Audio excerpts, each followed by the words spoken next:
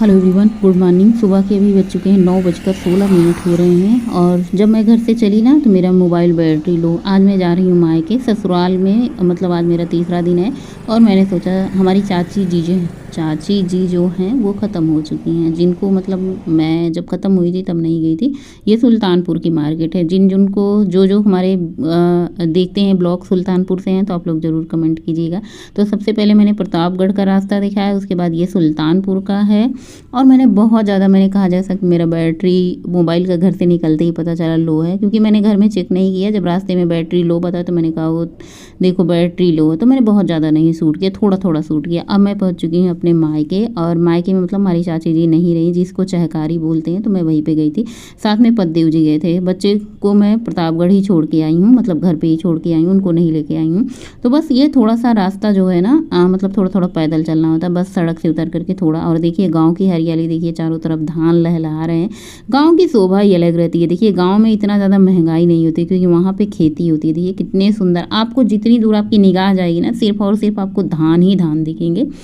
और देखिए पूरा आपको धान की खेती दिखेगी। उसके बाद ये वापसी हो चुकी है। मैंने वहाँ पे जाके भाई वीडियो नहीं, मेरे से नहीं बनता शूट करते। दुख की घड़ी में जाओ, सुख की घड़ी में हो तो थोड़ा बहुत मन भी करता है, लेकिन दुख की घड़ी में जाओ तो मेरे से नहीं होता भाई, मेरे से नहीं होता, पता नहीं क्यों नहीं होता। और वापसी में ये मेरा प्रतापगढ़ जंगल वाला एरिया है, तो मेरे ससुराल जो है जंगल में है। और बेला देवी मंदिर आप लोग देखेंगे ना तो उसके बगल में आपको जंगल दिखाई देगा, उसी जंगल में मेरा घर है।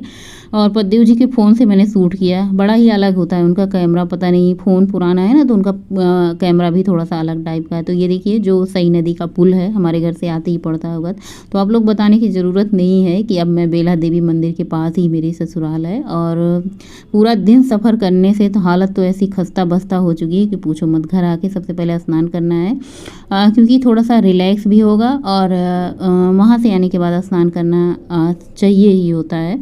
उसके बाद ये उसके दूसरे दिन का नेक्स्ट डे का ब्लॉग है, क्योंकि मैंने थोड़ा थोड़ा शूट किया था तो मैंने कहा क्या ही थोड़ा थोड़ा आप लोगों के साथ शेयर करूं, और एक ही ब्लॉग में सब कुछ शेयर कर देती हूँ। तो वो थोड़ा सा अयोध्या में मैंने शूट किया था, फैजाबाद में। ये पूरा गोरखपुर है, मैं गोरखपुर पहुँच चुकी हूँ। बीच में तो मुझे होश भी नहीं था, ऐसा नहीं कि मुझे बातें सुनाई नहीं दे रहा था, लेकिन मैं ऐसे मूड़ी हाथ इतना दर्द कर रहा था ना, मेरा फ़ोन उठाने का मन नहीं करता था। उसके बाद मैं बस से पूरा सफ़र करके आई हूँ, प्रतापगढ़ से गोरखपुर बस से ही आई हूँ। इतनी ज़्यादा थकान, ऐसे पूरा शरीर में दर्द हो रहा था कि कुछ पूछो मत। उसके बाद मैं पहुँच चुकी हूँ गोरखपुर, वहाँ से ऑटो किया बस स्टेशन से। उसके बाद मैं अपने आवास पे पहुँच चुकी हूँ, और ये गोरखपुर का ही सीन है। तो मैं बता रही हूँ ना, बहुत कुछ मैंने शूट नहीं किया, क्योंकि पूरे रास्ते तो मुझे होश ही हवास नहीं था। तो ये रास्ता तो आप लोग परिचित होंगे, ब्लॉगिंग करती हूँ रोज़ आते जाते समय, वॉक करते समय। तो मैं पहुँच चुकी हूँ अपने आवास पे, और ये अगले दिन का ब्लॉग है। मैंने उस दिन आए तो मैंने कुछ बनाया नहीं, सिर्फ खिचड़ी बनाए थे, सब लोग मिल करके वही खाए थे, रात भर सो गए। नेक्स्ट डे मैंने बिना टाइम गवाए अपनी ब्लॉगिंग शुरुआत कर दी है। सबसे पहले उठ करके गुनगुना पानी पिया। वज़न बहुत ज़्यादा बढ़ चुका है मुझे लगता है, या फिर ऐसा भी होगा कि सफ़र करते करते ना पूरा हाथ पैर फेस शरीर सब पूरे फुल बॉडी में स्वेलिंग सी आ चुकी है। इसकी वजह से भी शरीर हो सकता है मुझे थोड़ा सा ऐसे भारी भारी लग रहा हो, या फिर वज़न भी बढ़ सकता है, क्योंकि मैंने दीपावली से लेकर के काफ़ी दिनों से 15 से 20 दिन या फिर उससे भी ज़्यादा मैंने वॉक नहीं करी। वॉक करने जाती भी थी तो बस थोड़ा सा वॉक कर लेती थी। उसके बाद घर का मतलब ऐसा नहीं मैंने कोई परहेज़ किया है, वॉक बहुत कम करती थी। वॉक करने से पूरा आपका शरीर जो होता है ना एक शेप में रहता है। तो अभी तो मेरा वज़न बढ़ा हुआ है, धीरे धीरे कंट्रोल में होगा। फिर जैसे ही मैं अभी आई हूँ ना, अगले महीने में मेरे मायके जाने की तैयारी शुरू हो जाएगी। यहाँ आते ही फिर मायके जाने की तैयारी शुरू, क्योंकि भाई की शादी है। यानी मेरे मायके में नहीं, जहाँ पे मैं गई थी मायके में नहीं, जहाँ पे चाची ख़त्म हुई है वहाँ पे नहीं, मेरे ननिहाल में। क्योंकि मेरी शादी वगैरह जो हुई थी ना ननिहाल से हुई थी, तो यानी मामा के बेटे की शादी नवंबर में है। तो बस सुबह होती ही अपनी दिनचर्या की शुरुआत की। बहुत कुछ घर में नहीं भी है, बहुत कुछ घर में है, तो अभी तो 1-2 दिन ऐसे ही काम चलेगा, फिर धीरे धीरे करके सामान आएगा, फिर बनेगा। तो सबसे पहले सुबह सुबह उठ करके पद्देव जी दूध लाए, पानी पिया गुनगुना, अपना चाय पी। उसके बाद बहुत सारे कपड़े भी धुलने हैं, लेकिन बिल्कुल भी मन नहीं हो रहा है। मैंने सोचा चलो भाई आज खाना पीना बनाते हैं, खाते हैं। उसके बाद कपड़े धुलने का काम धीरे धीरे होता रहेगा। आप लोगों के साथ भी ऐसा होता है सफ़र में। वहाँ पे मैं गई थी ना ससुराल में गई थी तो कपड़े धुले नहीं थे, जो जो पहने थे मैंने कहा कि चलो भाई ऐसे ही रख लेते हैं, बाद में धुला जाएगा, कौन ही धुलने का झंझट पाले। और भीड़ उड़ में ना कितने भी अब कपड़े धुल लो, अच्छे से रख लो, फिर ऐसे ही हो जाता है कि बिना धुले ही कपड़े, क्योंकि बार बार बैग से निकालना रखना फिर वैसे ही हो जाते हैं।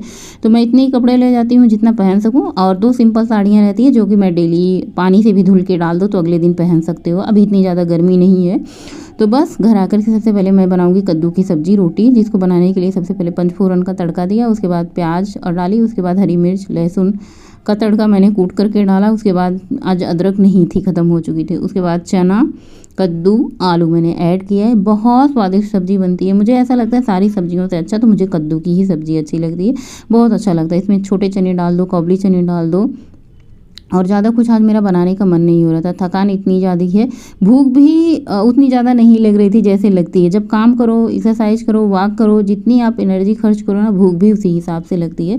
तो मैंने कहा चलो भाई सब्जी रोटी बना लेते हैं, दाल चावल हम शाम को बना लेंगे। तो उसके बाद मैंने कद्दू छौंक दिया, वही सिंपल से मसाले, होममेड मसाला, धनिया सौंफ जीरा, सब्जी मसाला किचन किंग, हल्दी मसाला और क्या कहते हैं हींग डाल दिया है। बस सब्जी आधे ज़्यादा पकने के बाद इसमें 1 चम्मच भर कर अमचूर पाउडर डाला है, चाहे तो आप टमाटर, इमली या फिर अमचूर पाउडर कुछ भी ऐड कर दें। थोड़ा सा इसको मैश करेंगे, हरी धनिया की पत्ती डालेंगे, हमारी कद्दू की सब्ज़ी बन करके तैयार हो चुकी है।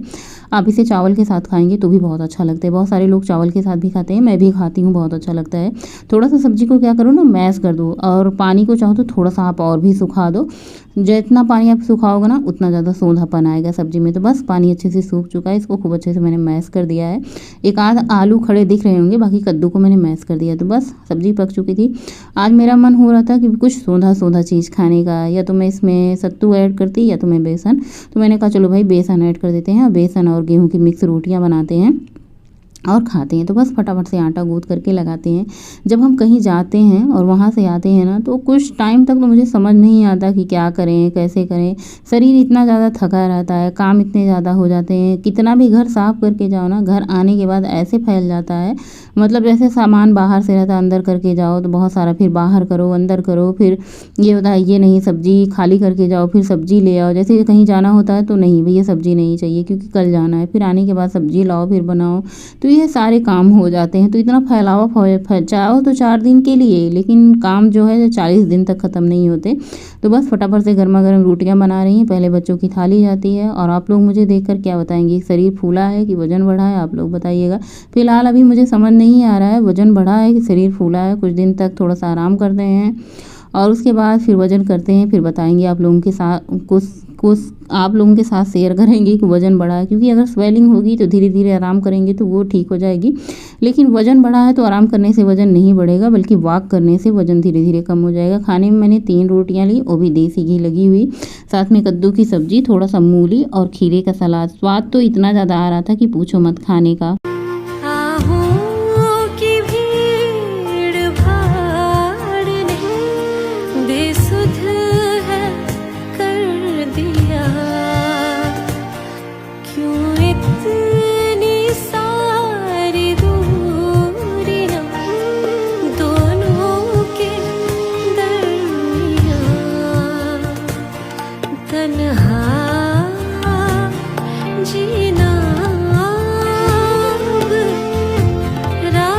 और बस आने के बाद अपना काम सारा संभाल लिया है, बिना वक्त गंवाए वॉक भी शुरू कर दिया है। वैसे तो शरीर में बहुत दर्द था, लेकिन मैंने कहा इसी दर्द में एक दर्द और ज़्यादा कर लेते हैं। एक दर्द तो था मायके ससुराल से आए थे लौट करके, दूसरा दर्द था कि सफ़र किए थे, ये दर्द था, तीसरा दर्द मुझे वॉक से है। क्योंकि जब हम वॉक बीच में छोड़ देते हैं, करते हैं वॉक हो या एक्सरसाइज, बीच में बंद कर देने के बाद शुरू करते हैं तो पूरा शरीर दर्द करता है। तो मैंने कहा पूरा शरीर तो वैसे भी दर्द करता है, चलो भाई शुरुआत करते हैं। शाम को आकर के पतिदेव जी ने कहा चाय, मैंने कहा क्या चाय, चाय चाय दिन भर चाय, चलो कुछ फ्रूट खाते हैं। और बस 2 सेब बिटिया ने कट करके लाए, मैंने खाए, बच्चों ने खाए, हम सब ने मिल करके सेब खाए। और मुझे ना मार्केट जाना था, मतलब स्लीपर जो लेके गए थे वहीं मतलब अपने ससुराल में छोड़ के चले आए। तो मैंने चप्पल लेना था, मैंने हवाई चप्पल लेना था। और उसके बाद हम निकल चुके थे पतिदेव जी के साथ मार्केट। चलिए आप लोग भी हमारे साथ बाज़ार चलिए, घूम आइए, देखिए क्या क्या लेते हैं।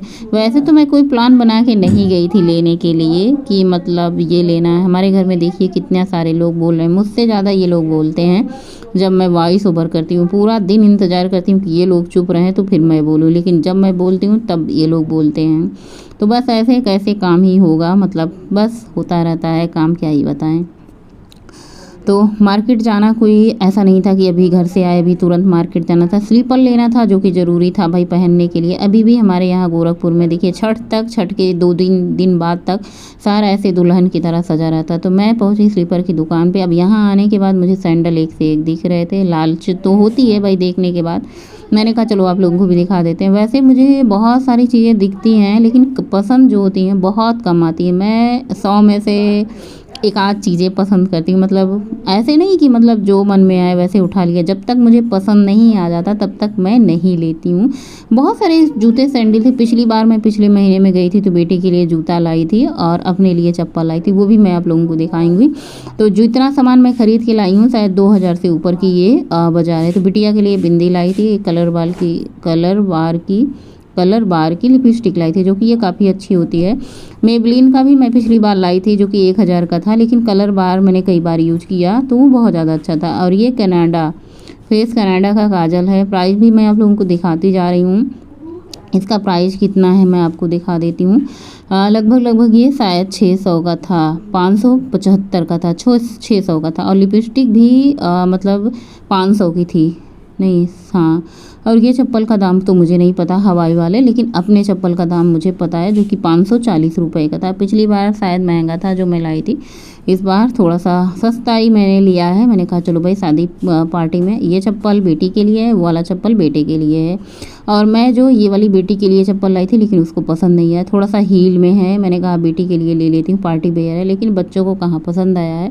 मैंने कहा चलो पहनो, पैर में पहन के देखो इसी कलर का इसका लहंगा भी था जो मैंने लिया है, तो मैंने कहा ले लो।